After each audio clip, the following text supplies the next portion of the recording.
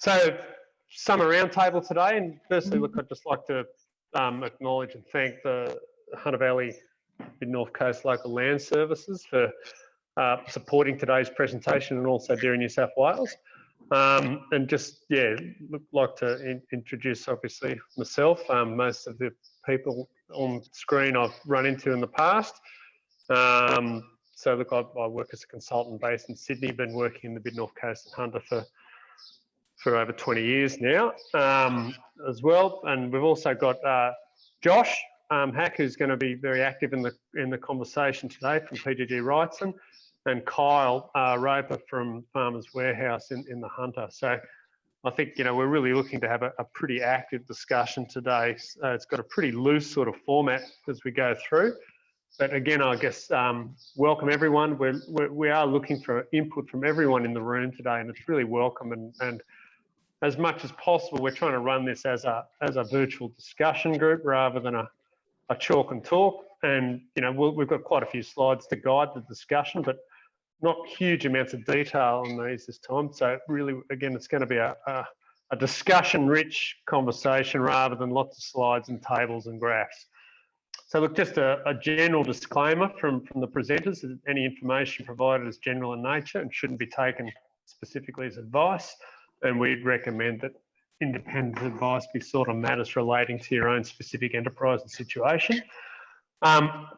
We'd also like to acknowledge that there's a large variety of enterprise scale, resource availability, exposure to local climates and seasonal factors across the group, and very different scale and production systems across all the enterprises. And, you know, that's part of the rich tapestry that makes up the New South Wales dairy industry, and it's something that's very important that we maintain that diversity within the group. But I think from diversity, you know, there's a lot that we can all learn from each other.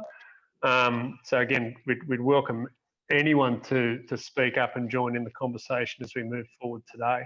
So yeah, make sure your views and experiences are shared and your own situation is discussed. And don't hesitate to pull up any of the people as we speak as we're moving forward.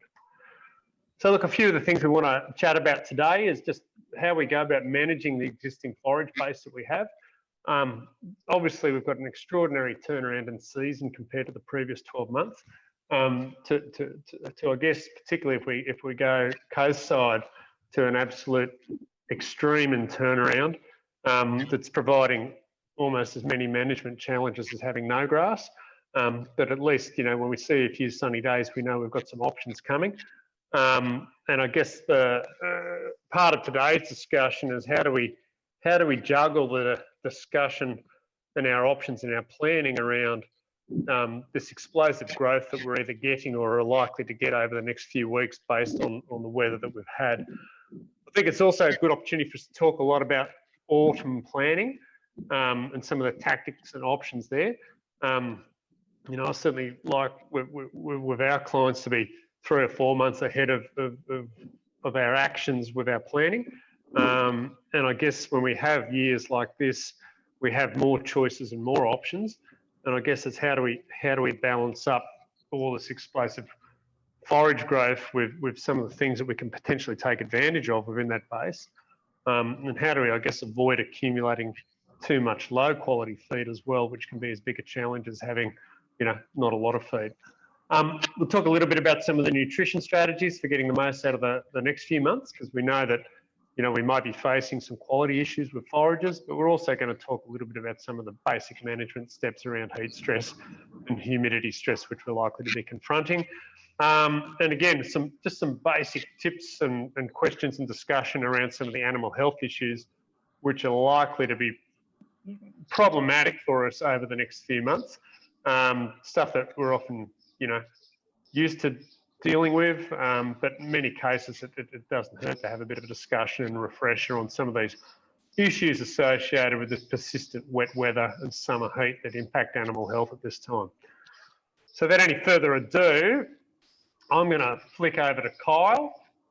Kyle, here's a nice picture of some forage sorghum growing up your way.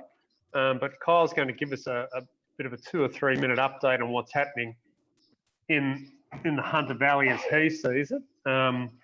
And he can introduce a little bit himself as well and his team and have a chat because some of you guys on the coast may not be as familiar with Kyle and what he's up to up in the Hunter Valley. So Kyle, yeah, welcome. Thanks, Neil. G'day, everyone. So yeah, I'm based out of Singleton, the Hunter Valley, and after mainly the dairy side of things in the economy front. Warren's also online here today, and the dairy business side of things as well. So yeah, basically, I guess from a bit of an update in the region. Look, we've had a definite great change in season. We seem to have a lot of naturalised feed, I guess, growing at the moment.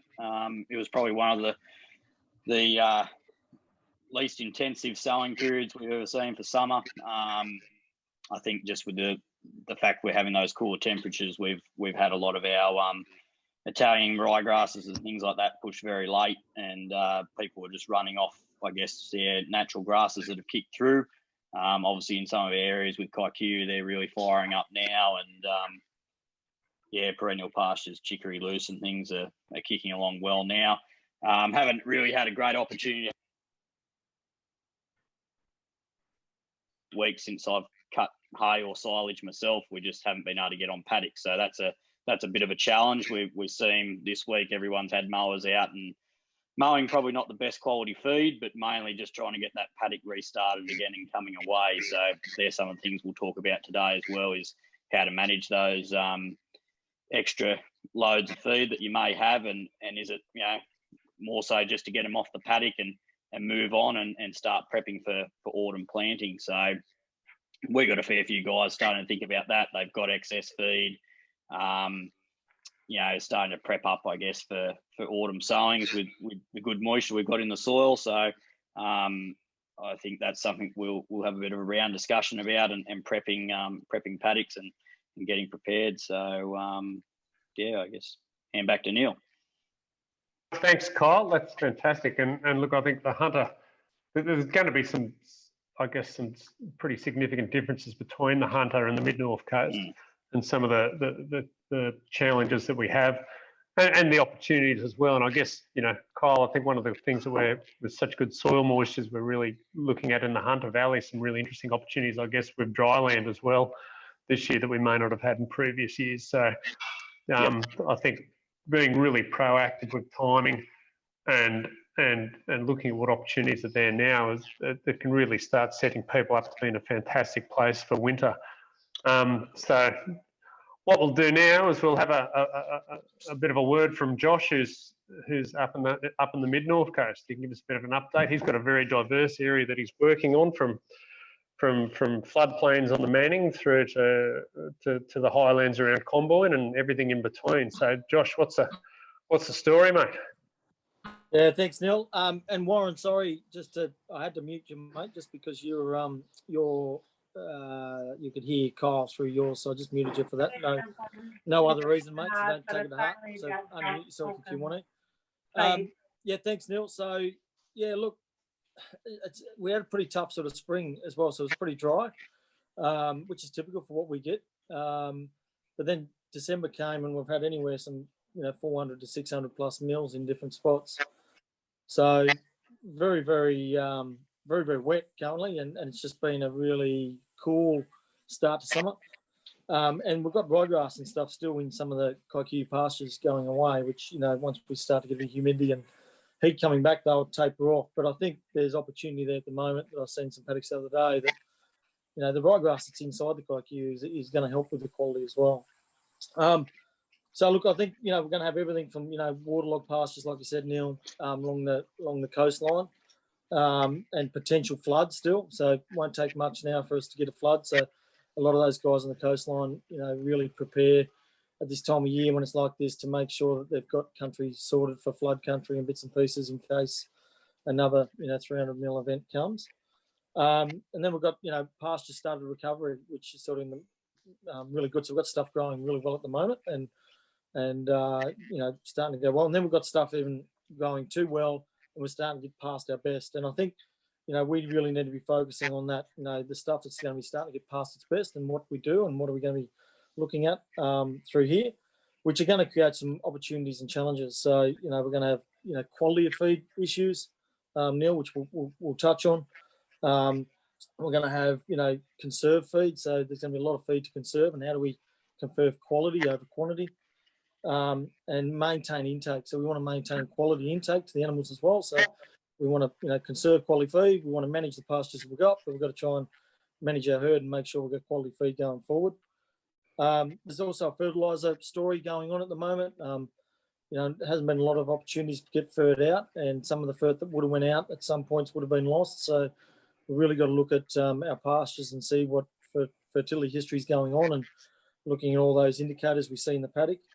And we need to be managing now for autumn, which we'll cover on as well. So, you know, with all this feed that's going to get away, we need to make sure that we're really trying to get our, you know, using those tools in our chest to try and manage what we've got coming in front of us, so that we really get a good start on autumn as well. So there's plenty going on, and there's plenty of things to be looking at the moment. Yeah.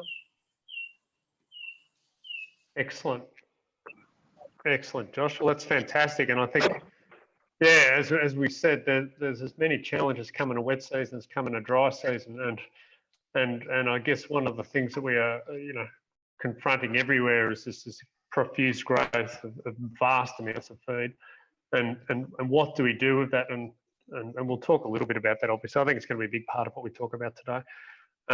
Some of the options that some people might have, and again, as we've got to acknowledge, everyone is going to have very different farming situations, where some of them may have less options to manage that because of resources or because of drainage or country. And again, please, we welcome any questions from the guys if we don't answer or have some possible solutions to the challenges you're facing specifically.